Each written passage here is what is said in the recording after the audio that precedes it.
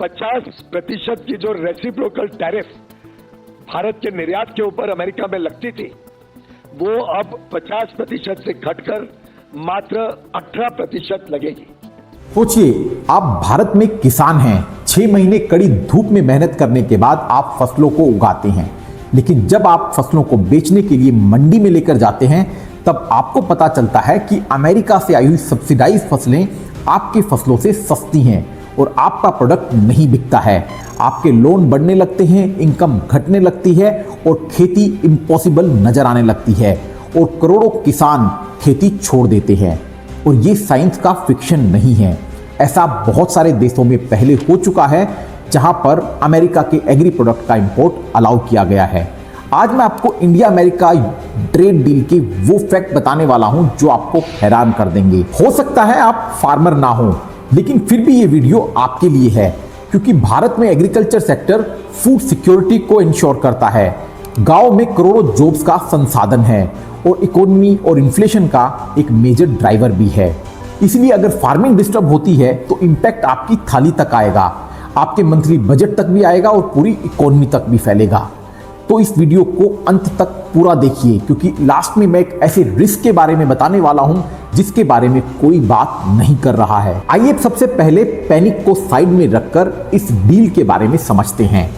India और US के बीच में एक इंटरिम ट्रेड फ्रेमवर्क क्रिएट किया गया है 6 फरवरी 2026 को, जिसका पर्पस है दोनों देशों के बीच में हो रही ट्रेड को बढ़ाना और टैरिफ को रिकैलिब्रेट करना। और हो सकता है ये एग्रीमेंट मिड मार्च 2026 तक साइन भी कर लिया जाए। इस एग्रीमेंट के कुछ कोर की पॉइंट्स होने वाले हैं। पहला कि यूएस यहां पर टैरिफ्स को घटाने वाला है। इंडिया के काफी गुड्स पर यूएस ने अभी तक 50% के आसपास टैरिफ लगाया था, जिसे 18% तक करने की बात चल रही है। दूसरा, भारत के इंपोर्ट यूएस से बढ़ने वाले हैं। भारत ने एक एस्पिरेशनल फिगर दिया है $500 बिलियन का। अगले 5 साल में भारत इतने अमाउंट का इंपोर्ट यूएस से करने वाला है। तीसरा, भारत के एक्सपोर्ट्स भी बढ़ सकते हैं यूएस से, क्योंकि टैरिफ कम होने वाले हैं। तो मिला जुलाकर बात यह है कि ये सब रिविजन्स होने से भारत में इंपोर्ट्स बढ़ने वाले हैं, भारत में एक्सपोर्ट भी शायद बढ़ जाएं और अगले 5 साल में भारत को $500 बिलियन के इंपोर्ट्स लेने ही होंगे। यहां तक सब कुछ लॉजिकल लग रहा है, तो फिर पैनिक कहां से आता है? आइए मैं समझाता हूं। एक्चुअली प्रॉब्लम डील में नहीं है, प्रॉब्लम है उस कंपटीशन की इनइक्वालिटी में जो इंडियन फार्मर और यूएस फार्मर में एग्जिस्ट करता है। सोचिए एक भारतीय फार्मर के बारे में, उसके एवरेज फार्म साइज को आप जानते हैं 1.08 हेक्टेयर, वहीं यूएस के फार्मर का एवरेज फार्म साइज है 178 हेक्टेयर। मतलब करीबन 160 गुना बड़े लैंड पर वो फार्मिंग कर रहा है। इस बड़े लैंड पर फार्मिंग करने के एडवांटेजेस जानते हैं आप। उसे कॉस्ट ऑफ प्रोडक्शन कम लग रहा है, उसे ऑटोमेशन का फायदा मिल रहा है, उसे गवर्नमेंट द्वारा दी गई सब्सिडी का भी फायदा मिल रहा है। वहीं भारतीय फार्मर को ना सब्सिडीज का फायदा मिलता है और ना ही कॉस्ट ऑफ ऑपरेशंस का, क्योंकि उनकी लैंड घटती जा रही है।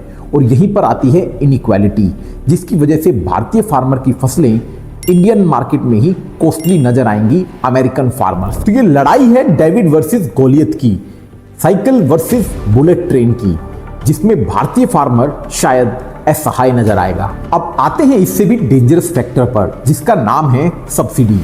OECD के डेटा की मानी जाए तो अमेरिका अपने 2 करोड़ फार्मर को करीबन 30 से $50 बिलियन की सब्सिडी हर साल दे रहा है। वहीं भारत की बात की जाए तो यहाँ पर 26 करोड़ लोग फार्मिंग करते हैं या फिर फार्मिंग से जुड़े हुए हैं, और टोटल सब्सिडीज जो दी जाती है वो है सिर्फ $15 बिलियन। तो एक बहुत बड़ा फर्क सब्सिडी के रेशियो में भी है। और बात की जाए भारत के फार्मर्स की तो यहाँ पर 86% फार्मर स्मॉल या मार्जिनल फार्मर हैं, मतलब वो फार्मर जिनके पास टोटल लैंड 2.5 हेक्टेयर से कम है और उनकी मासिक आय 10,500 रुपये है। और अगर अमेरिकन फार्मर के प्रोडक्ट्स यहाँ आने से मार्जिन पर और असर पड़ता है तो ये लड़ाई प्रॉफिट से बाहर निकलकर सर्वाइवल की बन जाएगी, जिसमें भारतीय फार्मर के लिए सर्वाइव करना मुश्किल हो जाएगा और खेती छोड़कर लोग दूसरे व्यवसायों की तरफ पलायन करेंगे। हो सकता है आपको ये सब थ्योरेटिकल और फ्यूचरिस्टिक नजर आता हो। आइए एग्जांपल लेते हैं मैक्सिको का, जिसने नाफ्टा एग्रीमेंट में अमेरिका के इंपोर्ट्स को अलाउ किया था। 1994 में मैक्सिको ने नाफ्टा एग्रीमेंट यूएस के साथ साइन किया। वहां के फार्मर्स को भी गेम चेंजर डील बोलकर सुनहरे भविष्य की कल्पनाएं दिखाई गई। US President Bill Clinton signs the North American Free Trade Agreement between his country, Canada and Mexico in 1993. हुआ क्या? अगले 10 सालों में 20 लाख फार्मर्स ने मैक्सिको में फार्मिंग छोड़ दी और इतना ही नहीं, वहां के फार्मर्स की अनएम्प्लॉयमेंट रेट 30% से बढ़ गया और वहां के करोड़ों फार्मर्स ने गांव को छोड़कर शहरों में जाकर स्लम एरियाज में रहना शुरू कर दिया।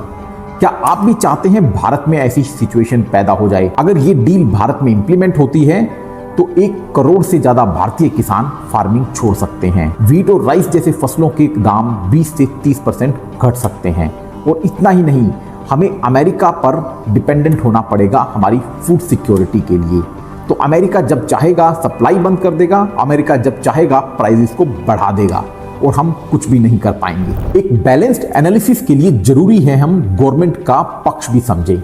गवर्नमेंट का कहना है कि सेंसिटिव एग्रीकल्चर कमोडिटीज को इस डील से बाहर रखा जाएगा। तो फिर प्रॉब्लम क्या है? हिस्टोरिकली भारत ने कभी एग्रीकल्चर कमोडिटीज को इस तरह की डील में इंक्लूड नहीं किया है, जिससे फार्मर पर प्रेशर कभी नहीं आया है। लेकिन एक बड़ा इशू यहां पर यह है कि ट्रेड डील्स कभी भी स्टैटिक नहीं होती, ये इवॉल्व होती हैं।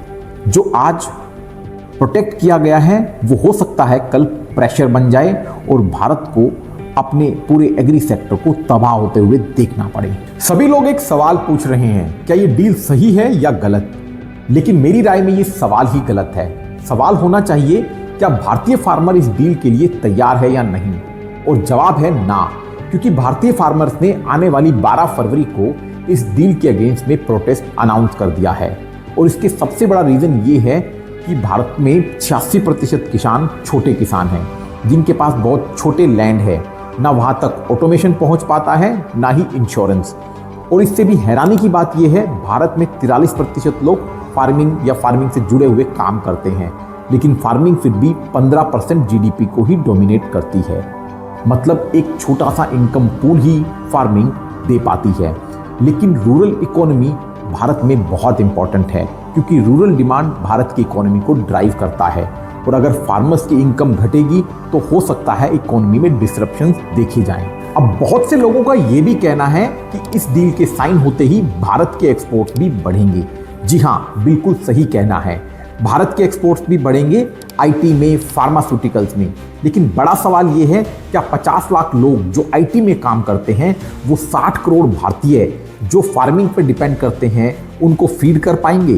क्या फार्मास्यूटिकल में होने वाले प्रॉफिट्स हमारे कृषि को बर्बाद होते देख पाएंगे? इकोनॉमिक डेवलपमेंट का मतलब ये नहीं होता कि एक सेक्टर को सेक्रीफाइस करके दूसरे सेक्टर को बढ़ाना।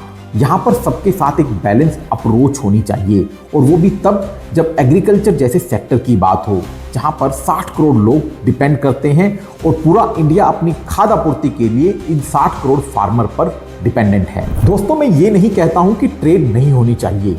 चाइना और वियतनाम जैसे देश ट्रेड के सहारे ही आगे बढ़े हैं और भारत को भी ट्रेड करना चाहिए। लेकिन ट्रेड विदाउट सेफगार्ड गैम्बल जैसा है। हमें अपनी मार्केट्स को खुला रखना चाहिए, बिल्कुल सही है, लेकिन अनप्रोटेक्टेड फार्मर शायद इसके लिए ये देश तैयार नहीं है। दोस्तों, अंत में मैं सिर्फ इतना ही कहना चाहूँगा, ये फार्मर वही फार्मर है जिसने ग्रीन रेवोल्यूशन के समय हमें फूड के मामले में सेल्फ सफिशिएंट बनाया था, और आज हम ट्रेड के लिए इसे कंपटीशन की भेंट चढ़ा रहे हैं। तो हमारा अन्नदाता कंपटीशन करने के लिए तैयार नहीं है, तो हमें अपने अन्नदाता को बचाना होगा।